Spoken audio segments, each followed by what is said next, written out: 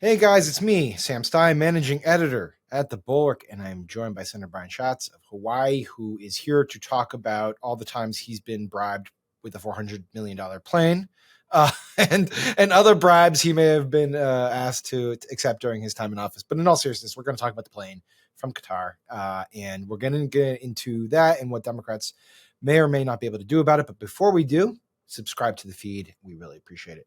All right. So, Senator, obviously this is a big deal. We have this proposed GIF, although I guess there are reports that the plane is already in Texas.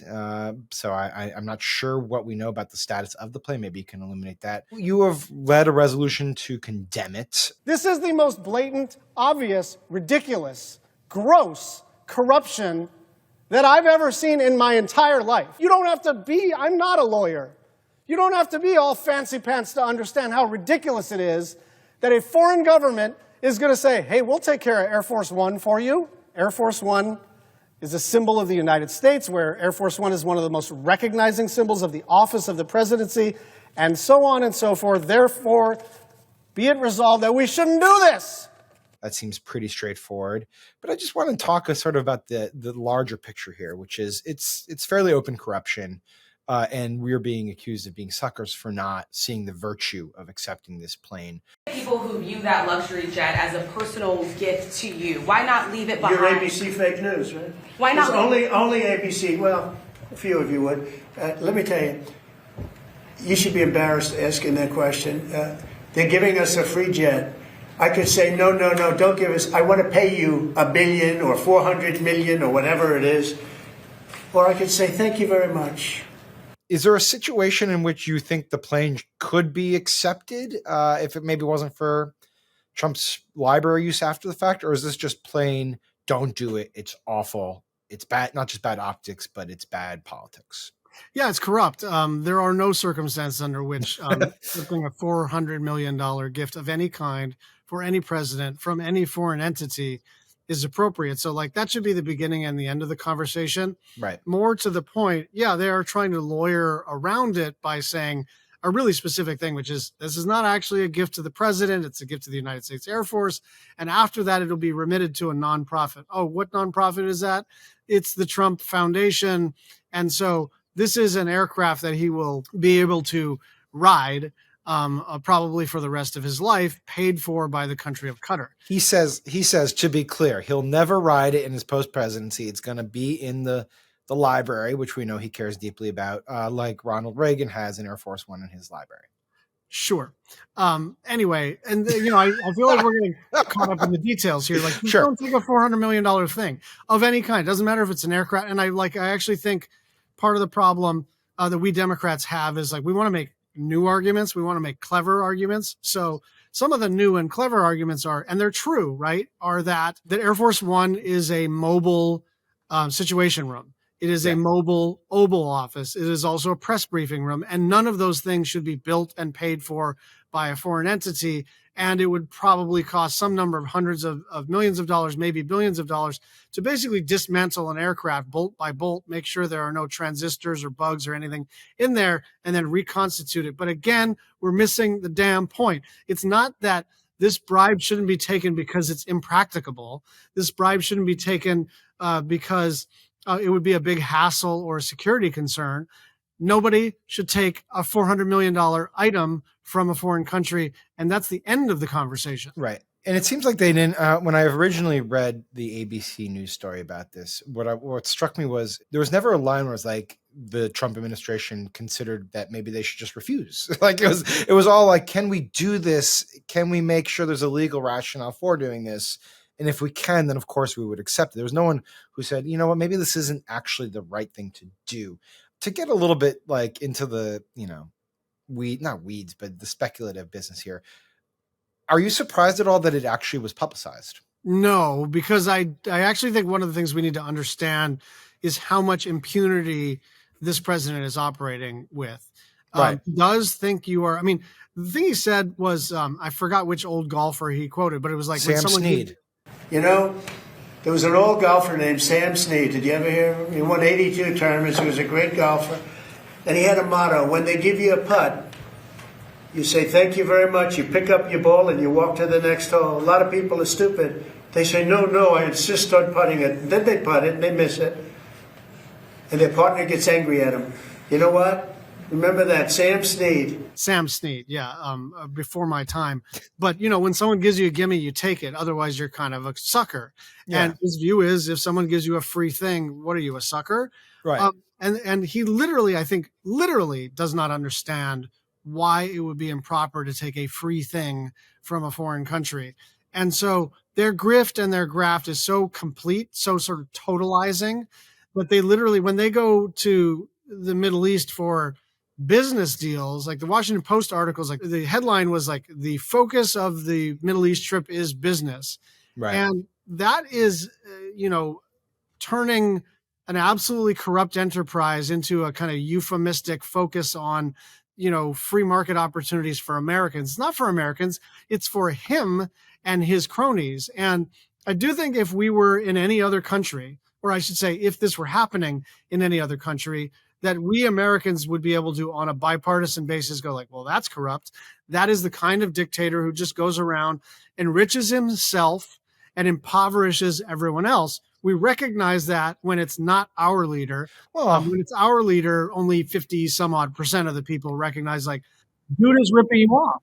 I think it's more than 50. I think it's more than 50%. I think there are plenty of Republicans who are like, I guess maybe my bar is so low, but I was a little bit intrigued, let's say, by some of your colleagues yesterday saying, on the Republican side, saying this, he shouldn't do this. Like Ted Cruz. The plane poses significant espionage and surveillance problems. So we'll see how this issue plays out. But I certainly have concerns. And Ron Johnson were both like, he should. Now, yes, Tommy Tuberville was like, go get him. Free's good. We don't have a lot of money right now to buy things like that. We've got 2 ordered.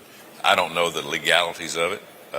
If it's legal for him to accept that gift and be able to fly on that for the next 4 years or 3.5 years, I think it's great. But the other ones were like, this is not you should just don't do it. Like, it's not and even Ron Johnson was like, I'm uncomfortable with this. So I actually disagree. I think it's a little bit more than 50%. Well, from your lips to God's ears, I have just been disappointed year over year with these guys. They will, their moment of courage is to go like, I don't know about this. And then if he goes through with it, they'll be like, well, it turns out Pam Bondi had a letter. Yeah.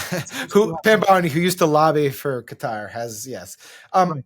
I will say Mike Johnson, Speaker of the House, has been asked about this for a day and a half or so. Today, he was quoted as saying, it's not my lane.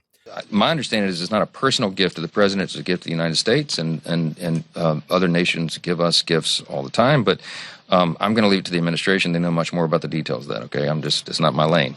And in fact, I do think it is his lane. That's right. Look, it's all of our lane. If you're an elected official or if you're an American, it is in everyone's collective interest to do something about an American president accepting a $400 million. Well, what can you do besides letters of condemnation? Well, is there anything? Look, now this is a little bit in the weeds, but this is a foreign emolument. This is a consideration. And remember, the emoluments clause doesn't just say you can't take a foreign bribe. It says you can't have any foreign entanglements of any financial nature.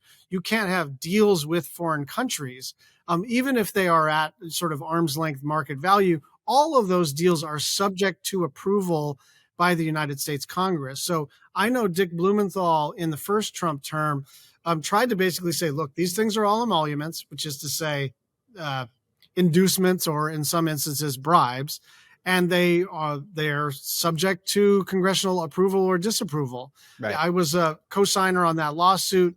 It got kicked for standing, which I think is preposterous, because if the Congress, who has this authority to approve or disapprove of an emolument, is not in a position to approve or disapprove because it's You're never being deprived of the execution of your own laws. So yes, right. You should stand So I think I'm not the lawyer here, but there is going to be another swing at this thing, because this is quite clearly Are you saying that because your colleagues have talked about taking another swing, or are you just speculating here? No, I've talked to Dick Blumenthal, and he's very anxious to relitigate this, because at a minimum, Congress should ratify this. And look, they've got the votes in the Congress to ratify the gift, right?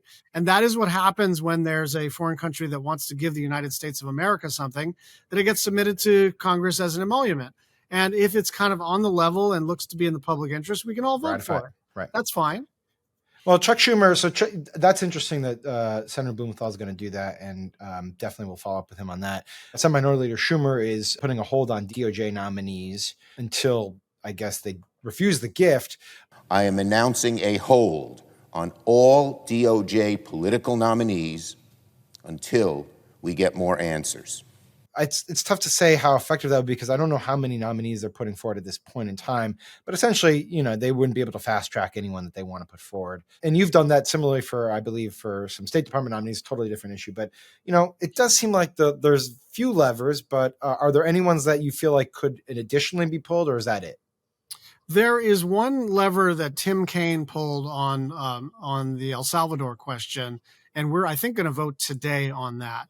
So there is a kind of arcane statute, but it basically says that any member can force a report on the potential human rights violations of any country that with which we have a security arrangement. And so the cool thing about that is it's privileged, which means that you don't have to be in the majority to force a vote. So Right. It takes 14 days, but after you file it, we must vote. And so we're voting to basically ask for the State Department to do an analysis of whether El Salvador is in compliance with our federal human rights expectations. We can do the same thing for Qatar or any other country. So one of the things that's happening, in this era is that everyone is kind of scrubbing all the Senate rules and I know. statutes. Who knew this one out- existed? Yeah. And I've got a bunch of Senate experts on my staff that are constantly doing this, but Tim found this one as he did emergency declaration that is causing prices to go up via the tariffs. And so increasingly, you're going to see Senate Democrats force votes in ways that are kind of unusual, because the assumption is the majority leader controls when we vote and what we vote on.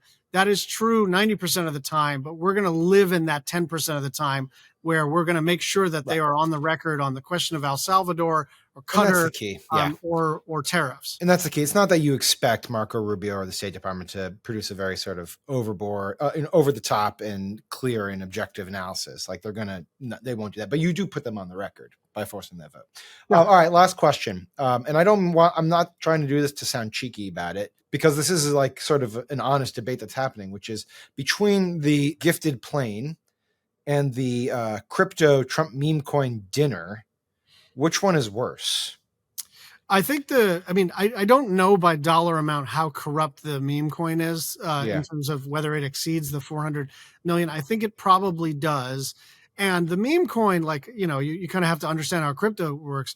The meme coin is not Bitcoin, right? It's not real currency or Right. even cryptocurrency. It is the equivalent of opening up a Swiss bank account and saying, hey, if you'd like to just remunerate me for funsies, you can. So I think that's pretty squarely corrupt. I will say, because, politics has to do with communications, the plane itself is easier to remember. It is easier to understand. To think about Air Force One sort of sponsored by Qatar is a little easier to understand than a meme coin or a sort of crypto scam. They're both really gross and egregious. I think the airplane is a little easier for people to kind of wrap their minds around. I would agree with that. Although the meme coin thing is crazy. Legit crazy. All right, Senator Brian Schatz, thank you so much for joining us. Really appreciate it. Thank you guys for watching us. Subscribe to the feed, and we'll talk to you later.